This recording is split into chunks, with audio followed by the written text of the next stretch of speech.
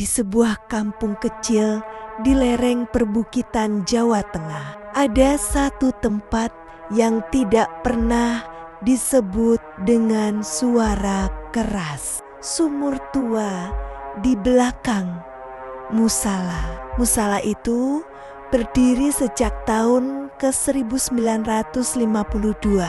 Namanya sederhana, Al-Ikhlas. Bangunannya kecil, tembok kapur yang sudah retak di sana-sini, lantai semen yang selalu terasa dingin meski siang hari.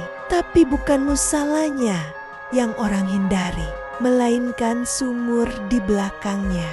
Raka kembali ke kampung setelah 7 tahun merantau ke kota. Ibunya meninggal 2 minggu lalu. Rumahnya kosong, sepi, dan terlalu banyak kenangan. Malam pertama, listrik kampung sempat padam. Raka duduk di teras, hanya ditemani suara jangkrik dan angin yang menggesek daun bambu. Lalu, blub, suara seperti batu kecil jatuh ke air. Ia menoleh ke belakang rumah, sumur musala. Padahal jaraknya hampir 30 meter. Ia mencoba mengabaikan. Blub, sekali lagi Raka berdiri. Tidak mungkin terdengar sejauh itu, kecuali malam sedang terlalu sunyi.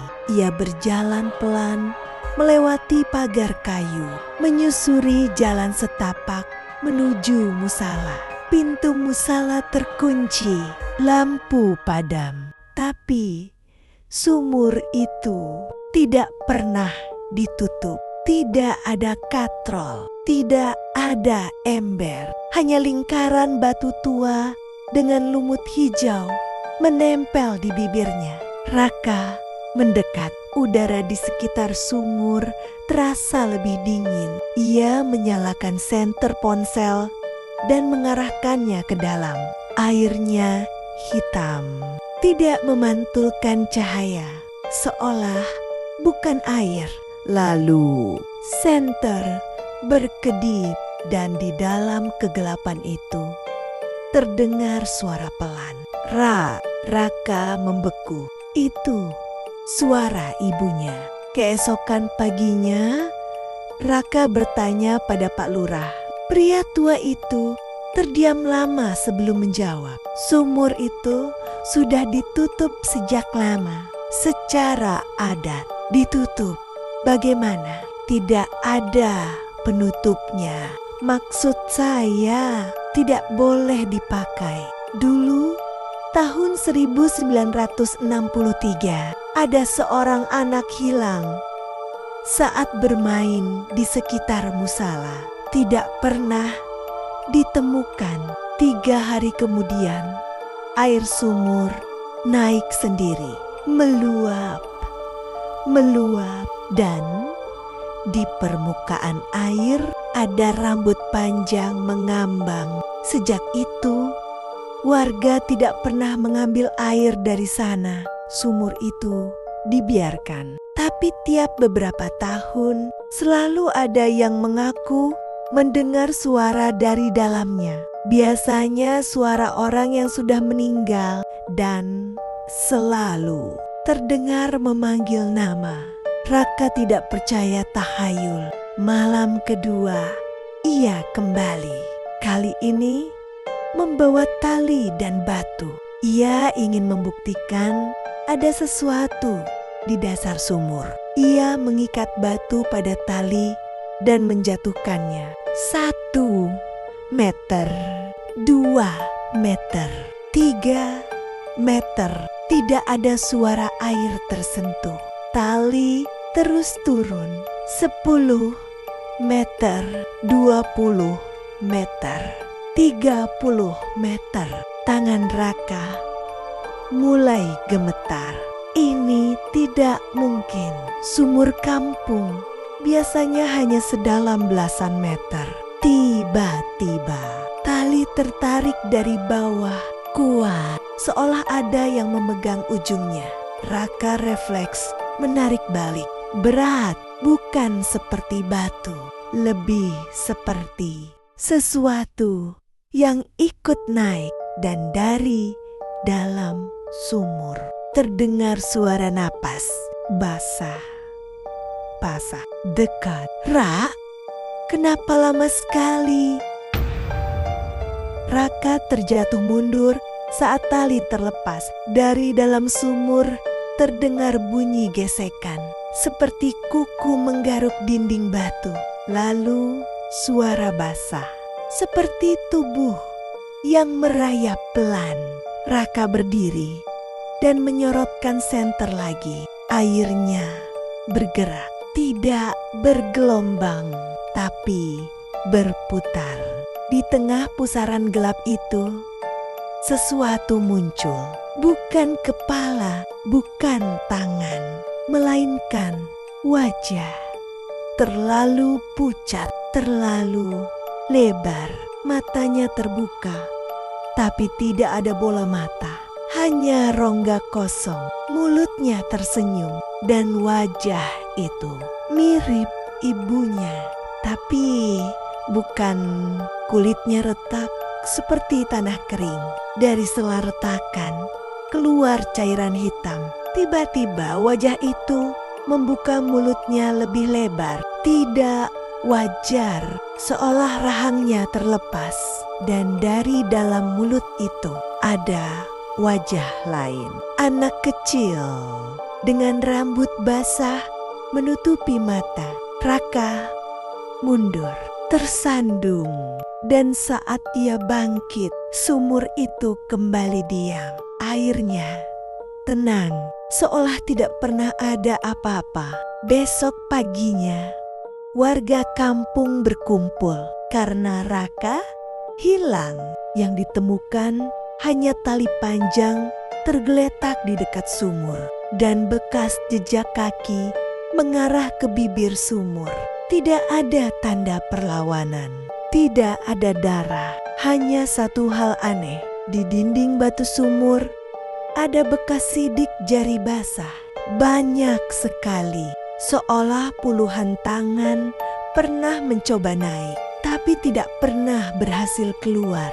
Sejak malam itu, warga menutup area belakang musala dengan pagar seng, tapi suara itu tetap terdengar. Kadang suara ibu memanggil anaknya, kadang suara anak memanggil ibunya, dan kadang jika seseorang berdiri terlalu dekat dan menatap terlalu lama ke dalam, airnya akan bergerak pelan. Lalu terdengar suara berbisik, "Turunlah, aku sendirian." 3 hari setelah Raka hilang, seorang pria tua datang ke kampung. Namanya Mbah Sastro. Usianya hampir 90.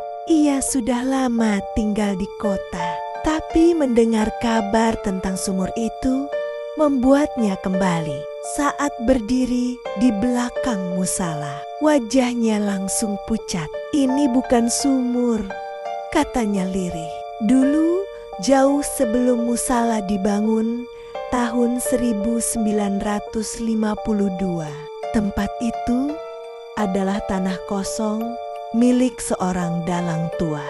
Dalang itu tinggal sendirian, tidak pernah menikah, tidak pernah terlihat pergi ke pasar, tapi tiap malam Jumat Kliwon terdengar gamelan dari tanah itu. Padahal tidak ada rumah pertunjukan, tidak ada penonton. Warga percaya ia memanggil sesuatu lewat wayangnya. Hingga suatu malam, suara gamelan berhenti dan bau busuk menyebar ke seluruh kampung saat warga memberanikan diri masuk ke tanah yang mereka temukan. Hanya lubang besar di tengah tanah, dan dalang itu hilang. Tidak ada jasad, tidak ada jejak darah, hanya tanah basah dan lingkaran batu yang belum sempurna. Lubang itulah yang kemudian dijadikan sumur. Menurut Mbah Sastro, dalang itu tidak sedang membuat sumur. Ia membuat kurungan. Dalang tersebut mempelajari ilmu lama, ilmu yang dipercaya bisa mengundang penjaga bawah tanah. Konon, ada makhluk yang tinggal jauh di dalam bumi. Makhluk yang bisa memberi pengetahuan, kekayaan, bahkan umur panjang. Tapi sebagai gantinya, ia meminta satu hal. Teman, bukan korban, bukan darah. Teman.